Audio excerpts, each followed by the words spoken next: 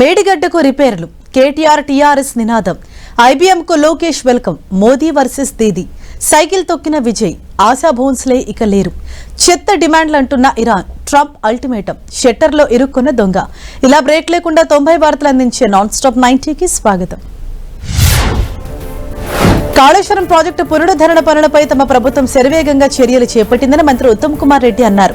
ఉన్నతాధికారులతో సమీక్ష నిర్వహించిన మంత్రి ఉత్తమ్ మేడిగడ్డ, అన్నారం, సుందిళ్ల బ్యారేజీల పునరుద్ధరణ పనులు త్వరితగతిన పూర్తి చేయడమే తమ లక్ష్యమని పేర్కొన్నారు. బ్యారేజీలో తీవ్రమైన లోపాలను ఎన్డీఎస్సీ అధికారులు గుర్తించారని తెలిపారు. 2027 నుంచి 2028 వరకు బ్యారేజీల పునరుద్ధరణ పనులు పూర్తి చేస్తామన్నారు.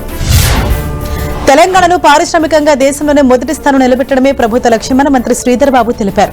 నర్మెట్లో బయోగ్యాస్ ప్లాంట్ శంకుస్థాపన చేసిన శ్రీధర్ బాబు 2047 ఆర్థిక లక్ష్యాలను అందుకునే దిశగా సీఎం రేవంత్ అహర్నిశలు కృషి చేస్తున్నారని కొనియాడారు.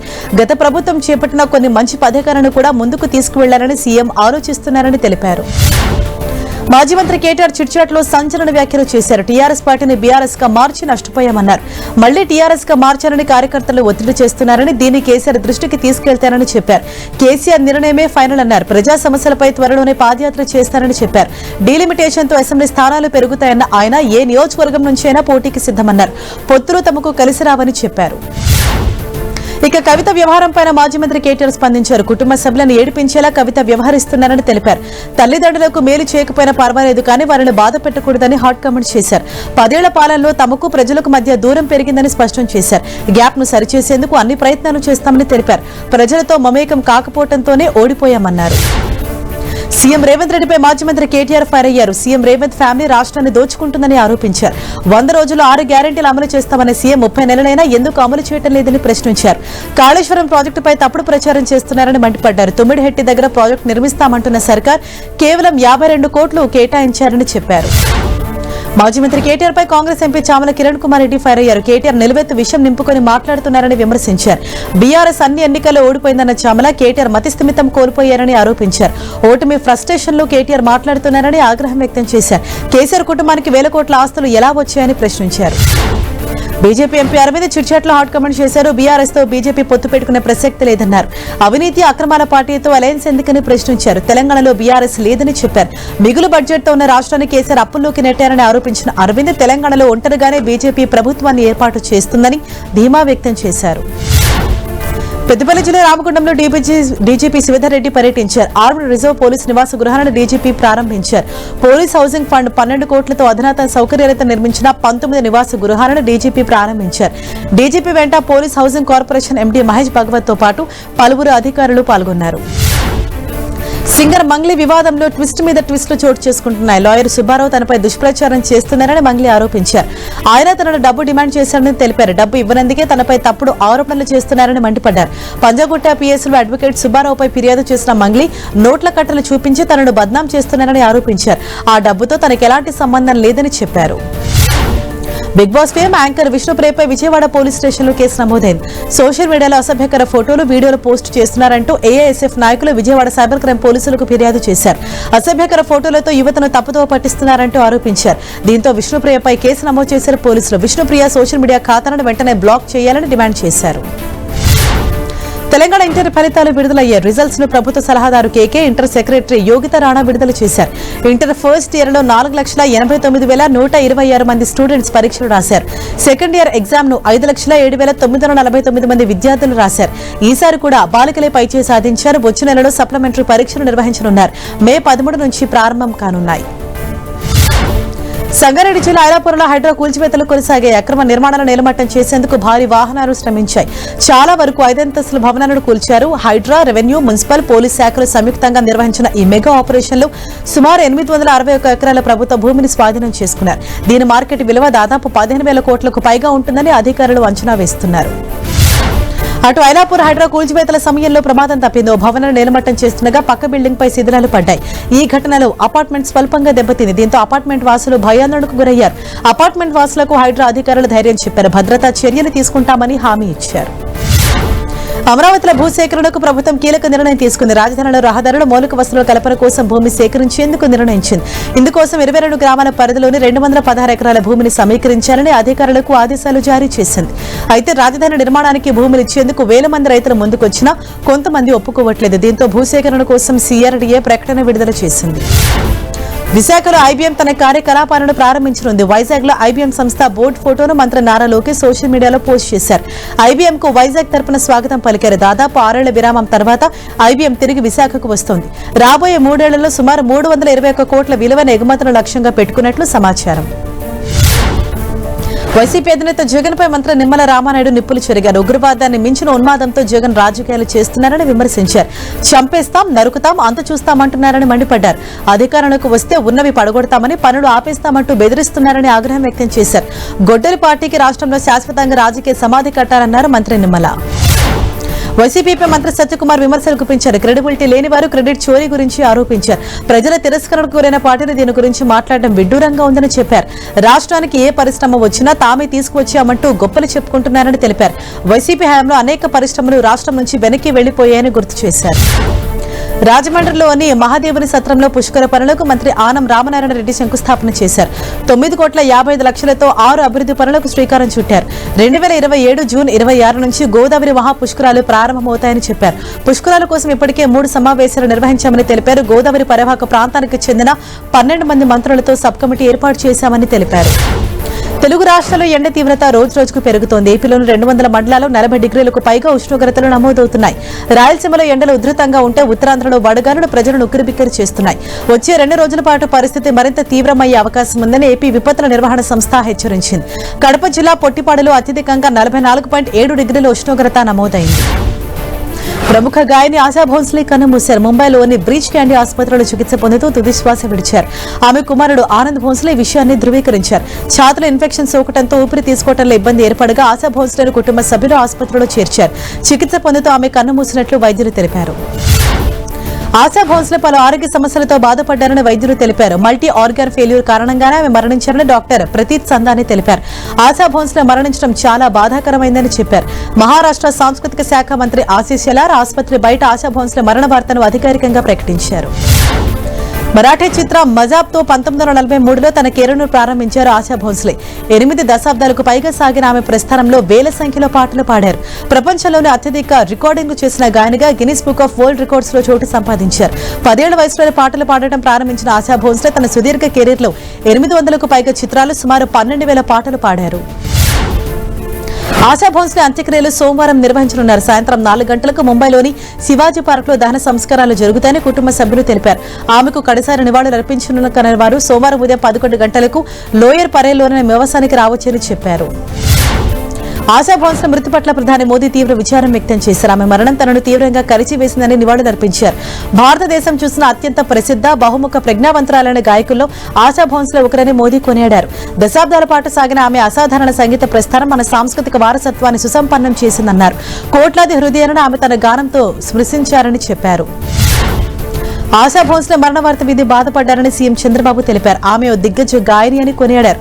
అత్యధిక పాటలు పాడి చరిత్ర సృష్టించారని, దాదాపు 7 దశాబ్దాల పాటు మ్యూజిక్ ఇండస్ట్రీకి సేవలందించారని ప్రశంసించారు. భారతీయ సంగీత జగత్తులో ఆమె పాటలు తరతరాల పాటు ప్రతిధ్వనిస్తూనే ఉంటాయని చంద్రబాబు ఆశా భోన్స్లే కుటుంబానికి, అభిమానులకు ప్రగాఢ సానుభూతి తెలియజేశారు. భారతీయ సంగీతానికి ఆశా భోన్స్లే తరాలకు స్ఫూర్తినిచ్చే శాశ్వత వారసత్వాన్ని మిగిల్చారని తెలంగాణ సీఎం రేవంత్ రెడ్డి అన్నారు.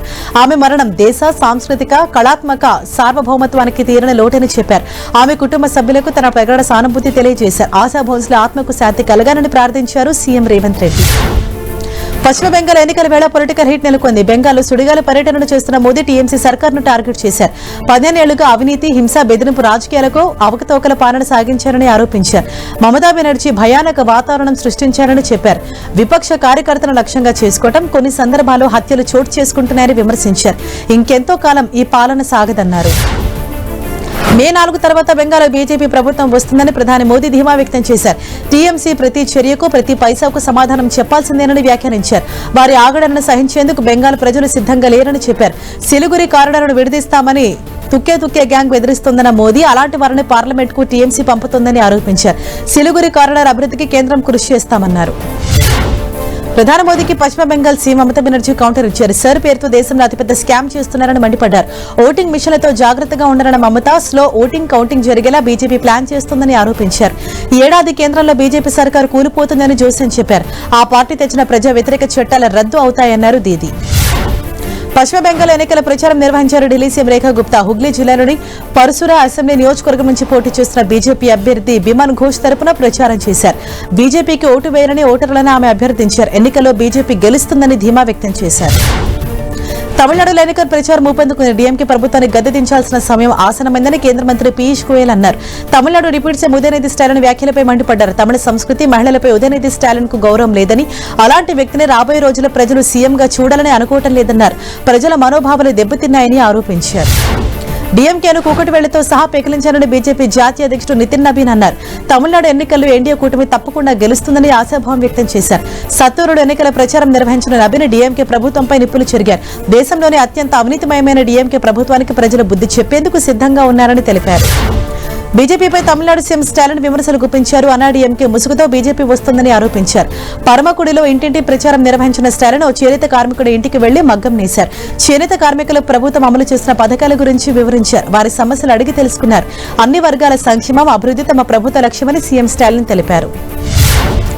ఢిల్లీ తమిళనాడు జట్టుకు మధ్య ఎన్నికలు జరుగుతున్నాయని చెప్పారు డిప్యూటీ సీఎం ఉదయనిధి స్టాలిన్. తిరువరూరులో ఎన్నికల ప్రచారంలో కేంద్ర ప్రభుత్వంపై మండిపడ్డారు. ఏఐఏడీఎంకే నేతృత్వంలోని ఎన్డీఏ కూటమి ఒక బానిస జట్టు అని ఆరోపించారు. హిందీని రుద్దే ప్రయత్నం చేస్తున్నారని, దీన్ని తమిళ ప్రజలందరూ అడ్డుకోవాలని వ్యాఖ్యానించారు. తమిళనాడు ఎన్నికల్లో టీవీకే ఘన విజయం సాధిస్తుందని ఆ పార్టీ అధినేత విజయ్ అన్నారు. కన్యాకుమారిలో ఎలక్షన్ ర్యాలీ నిర్వహించిన విజయ్ డీఎంకే, బీజేపీపై ఫైర్ అయ్యారు. రెండు పార్టీలు ప్రజలను ఏం చేశాయని ప్రశ్నించారు. డీఎంకే సర్కార్ ఇచ్చిన హామీలు నిలబెట్టుకోలేదని ఆరోపించారు. ఆ పార్టీకి ఎందుకు ఓటు వేయాలన్న విజయ్ ప్రజలు మార్పు కోరుకుంటున్నారని చెప్పారు. అటు ఓటర్స్ ను ఆకట్టుకునేందుకు టీవీకే చీఫ్ విజయ్ ప్రయత్నిస్తున్నారు. కన్యాకుమారిలో ర్యాలీ సందర్భంగా రోడ్డుపై సైకిల్ తొక్కుతూ విజిల్ వేస్తూ ప్రచారం చేశారు. విజిల్ గుర్తుకు ఓటు వేయాలని సింబాలిక్ గా చెప్పారు. ఆయన వెంట వేలాది మంది కార్యకర్తలు పరుగులు పెట్టారు. ఈ వీడియో సోషల్ మీడియాలో వైరల్ అవుతోంది. తమిళనాడులో ఎన్నికల వేళ టీవీకే చీఫ్ విజయ్ సొంత పార్టీ నేతలకు షాక్ ఇస్తున్నారు. ఇప్పటికే జరగాల్సిన కొన్ని ర్యాలీలు రద్దు చేసుకున్నారు. షెడ్యూల్ అయి ఉన్న మరికొన్ని క్యాన్సిల్ చేస్తున్నట్లు ప్రకటించారు.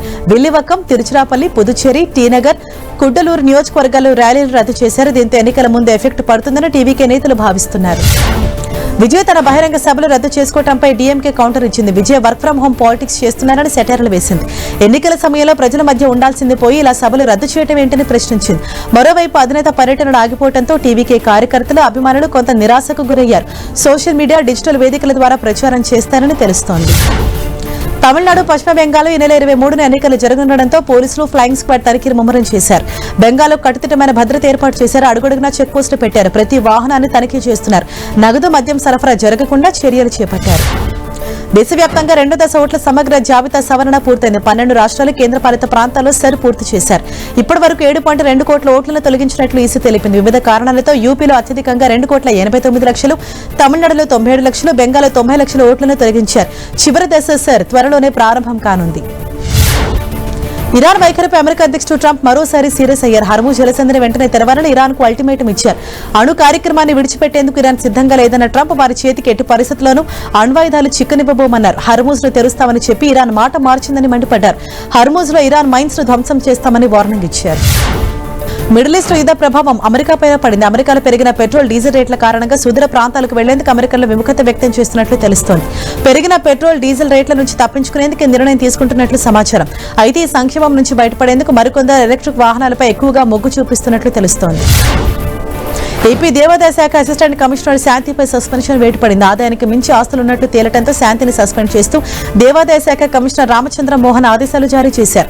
ఈ నెల 6వ తేదీన శాంతి ఆదాయానికి మించి ఆస్తులున్నాయన్న సమాచారంతో ఏసీబీ సోదాలు చేసింది. దాదాపు 1,37,00,000 ఆస్తులను గుర్తించారు. దీంతో ఆమెను సస్పెండ్ చేశారు అధికారులు.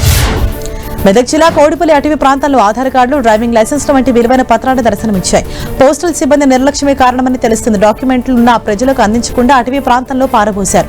స్థానికులు తపాలా సిబ్బందిపై ఆగ్రహం వ్యక్తం చేస్తున్నారు. ఉన్నతాధికారులు స్పందించి చర్యలు తీసుకోవాలని గ్రామస్తులు డిమాండ్ చేస్తున్నారు.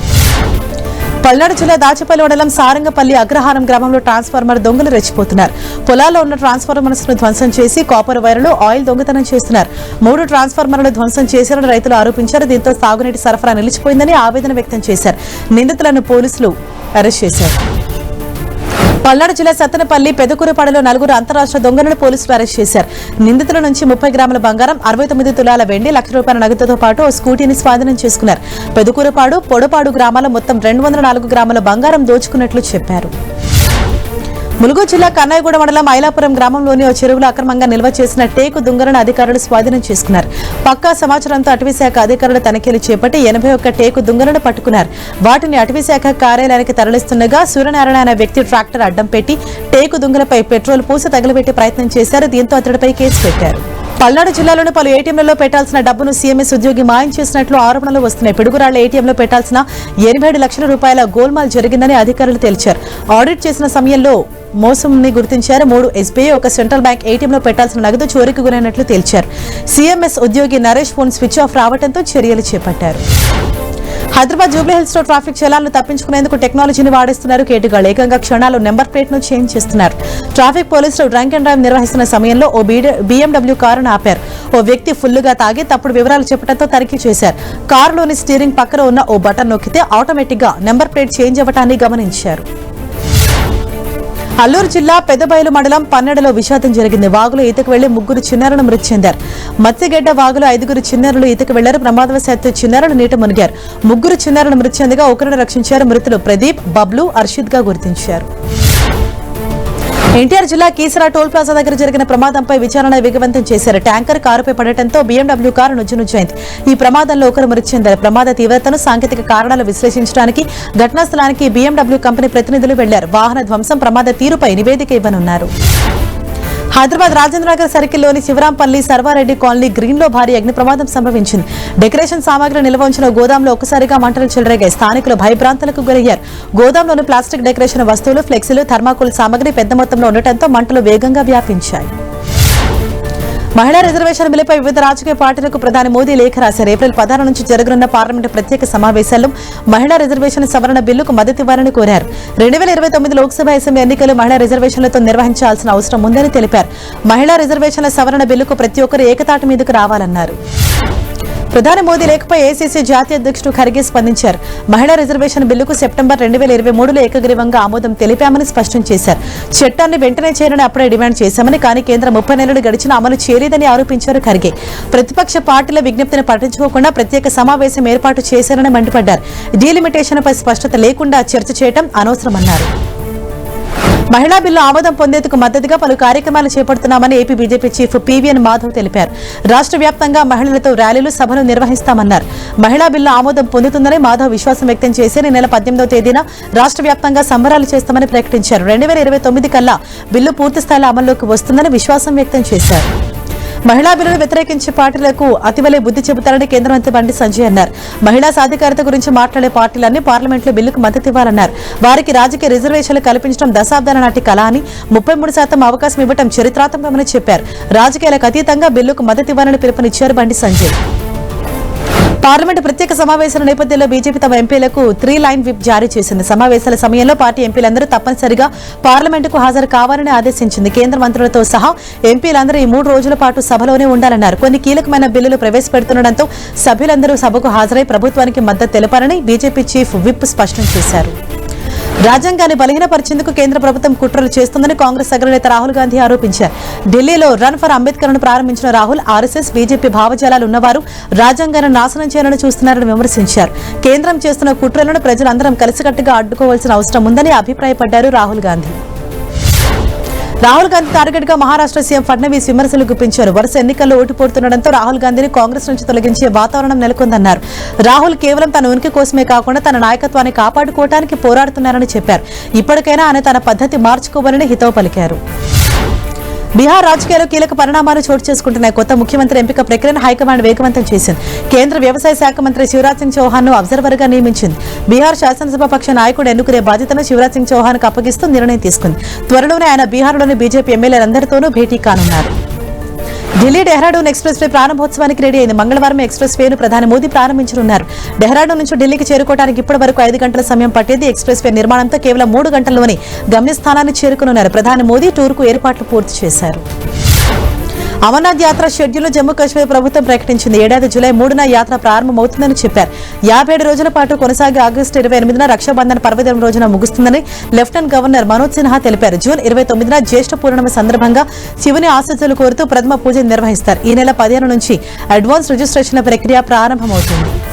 ఉత్తరాఖండ్ లో మంచు తీవ్రత తగ్గింది. దీంతో కేదార్నాథ్ యాత్రకు అధికారులు సన్నాహాలు చేస్తున్నారు. త్వరలోనే కేదార్నాథ్ యాత్ర ప్రారంభించేందుకు ఏర్పాట్లు జరుగుతున్న ఇటీవల భారీగా మంచు కురవడంతో ఆలస్యమైంది. మణిపూర్లో ఉద్రిక్తతలు తగ్గటం లేదు. ఇటీవల ఇంటిపై జరిగిన రాకెట్ దాడికి నిరసనగా ఇంఫాల్లోని స్థానికులు ఆందోళన చేపట్టారు. ఇంఫాల్ ఉఖ్రూలు జాతీయ రహదారిపై బైఠాయించి ఆందోళన వ్యక్తం చేశారు. దాడికి పాల్పడిన నిందితులను కఠినంగా శిక్షించాలంటూ డిమాండ్ చేశారు. అయితే యూత్ లీడర్ అరెస్ట్ పైన నిరసనలు కొనసాగాయి. ఉత్తరప్రదేశ్ పడవ ప్రమాదంలో మృతుల సంఖ్య అంతకంతకు పెరుగుతోంది. ఇప్పటి వరకు 13 మంది మృతి చెందారు. మధురలో మరో మృతదేహం లభ్యమైంది. రెస్క్యూ ఆపరేషన్ ఇంకా కొనసాగుతోంది. గల్లంతైన మరో 3 కోసం వెతుకుతున్నారు. మధ్యప్రదేశ్లోని కట్నీ జిల్లాలో చిన్నారులను అక్రమ రవాణా చేస్తున్న ముఠా గుట్టును రైల్వే పోలీసులు రట్టు చేశారు. బీహార్ నుంచి మహారాష్ట్రకు అక్రమంగా తరలిస్తున్న 163 మంది మైనర్ బాలులను ఓ ఎక్స్ప్రెస్ రైలు నుంచి రక్షించారు. 6 నుంచి 13 ఏళ్ల మధ్య వయసున్న పిల్లలను లాతూరులో కూలి పని కోసం బీహార్ నుంచి తరలిస్తున్నట్లు బాలల సంక్షేమ కమిటీ సమాచారం ఇచ్చింది. ఒడిశా కపిల్జోర్ నదిలో కాలుష్యం కోరలు చేస్తోంది. వేల సంఖ్యలో చేపలు మృత్యువాత పడ్డాయి. ఎటు చూసినా చేపలే కనిపించాయి. పరిశ్రమల నుంచి వచ్చే కాలుష్యమే దీనికి కారణమని స్థానికులు ఆరోపించారు. తక్షణమే నీళ్లు కలుషితం కాకుండా చర్యలు చేపట్టాలని డిమాండ్ చేశారు. తమకు కూడా ఇబ్బంది ఎదురవుతోందన్నారు. ఉత్తరప్రదేశ్లోని ఘజియాబాద్ లో వింత ఘటన జరిగింది. ఒక క్లినిక్ లో చోరీ కోసం ప్రయత్నించిన దొంగ రోలింగ్ షట్టర్ గోడ మధ్య ఉన్న ఖాళీ స్థానంలో ఇరుక్కుపోయాడు. షట్టర్ పైనుంచి వేలాడుతున్న ఆ వ్యక్తిని స్థానికులు గమనించారు. చివరకు ఫైర్ సిబ్బంది అతన్ని రక్షించి పోలీసులకు అప్పగించారు. నిందితుడిని అభిషేక్ గా గుర్తించారు. టీసీఎస్ గుడ్ న్యూస్ చెప్పింది. ప్రస్తుత ఆర్థిక సంవత్సరంలో 25,000 మంది ఫ్రెషర్స్ ను నియమించుకున్నట్లు తెలిపింది. డిమాండ్ బట్టి మరింత మందిని నియమించుకుంటామని పేర్కొంది. 2025-2026 ఆర్థిక సంవత్సరంలో టీసీఎస్ 44,000 మంది ఫ్రెషర్స్ కు అవకాశం కల్పించింది. ప్రైవేట్ సెక్టార్లో అత్యధిక సంఖ్యలో ఉద్యోగులను నియమించుకున్నట్లుగా సంస్థ నిలిచింది. లే ఆఫ్లపై టీసీఎస్ కీలక ప్రకటన చేసింది. మరో 2 లే ఆఫ్స్ ఉంటాయా అని ప్రశ్నించగా కంపెనీలో మెరుగైన పనితీరు కనబరిచినంత వరకు కెరీర్కి ఇబ్బంది లేదని పేర్కొన్నారు. గతేడాది కోతలకు ఆర్టిఫిషియల్ ఇంటెలిజెన్స్ కారణమన్న వాదనను తోసిపుచ్చారు. తొలగించిన ఉద్యోగులు చాలా మంది సీనియర్ లెవెల్ కు చెందినవారని తెలిపారు. హిందూ మహాసముద్రంలో భూకంపం సంభవించింది. రిక్టర్ స్కేల్ పై 4.9 తీవ్రతతో భూమి కంపించినట్లు నేషనల్ సెంటర్ ఫర్ సిస్మాలజీ నివేదించింది. 10 కిలోమీటర్ల లోతులో భూకంప కేంద్రం ఉన్నట్లు తెలిపింది. మరోవైపు ఆఫ్ఘనిస్తాన్లోనూ భూమి కంపించింది. రిక్టర్ స్కేల్ పై 4.6 తీవ్రత నమోదైంది. ఐపీఎల్లో గుజరాత్ మరోసారి విక్టరీ కొట్టింది. లక్నో సూపర్ జెయింట్స్ తో జరిగిన మ్యాచ్ లో గుజరాత్ టైటన్స్ 7 వికెట్ల తేడాతో ఘన విజయం సాధించింది. Jos Buttler, captain Shubman Gill అర్ధ సెంచరీలతో చెలరేగారు. దీంతో 165 పరుగుల లక్ష్యాన్ని గుజరాత్ సునాయాసంగా ఛేదించింది. చెన్నై సూపర్ కింగ్స్ తో జరిగిన మ్యాచ్ లో ఢిల్లీ క్యాపిటల్స్ ఆటగాడు నితీష్ రాణాపై భారీ జరిమానా పడింది. 4th అంపైర్తో అసభ్య పదజాలం వాడుతూ వాదనకు దిగటంతో ఐపీఎల్ గవర్నింగ్ కౌన్సిల్ జరిమానా విధిస్తూ నిర్ణయం తీసుకుంది. అతడి మ్యాచ్ ఫీజులో 25% కోత విధించింది. ఒక డీమెరిట్ పాయింట్ ను అతడి ఖాతాకు జత చేసింది. నితీష్ రిజర్వ్ బెంచ్ పై ఉండి అంపైర్తో వాగ్వాదానికి దిగాడు. జననాయకన్ సినిమా లీకేజ్ వ్యవహారంలో తమ ప్రమేయం ఉందంటూ వస్తున్న ఆరోపణలను సెన్సార్ బోర్డు ఖండించింది. ఈ ఆరోపణలు పూర్తిగా నిరాధారమైనవని, అవాస్తవమని స్పష్టం చేసింది. సినిమా డిజిటల్ సినిమా ప్యాకేజ్ ని మార్చి 17నే ముంబైలో నిర్మాతలకు అప్పగించామని, అప్పటి నుంచి అది వారి వద్దే ఉందని తెలిపింది.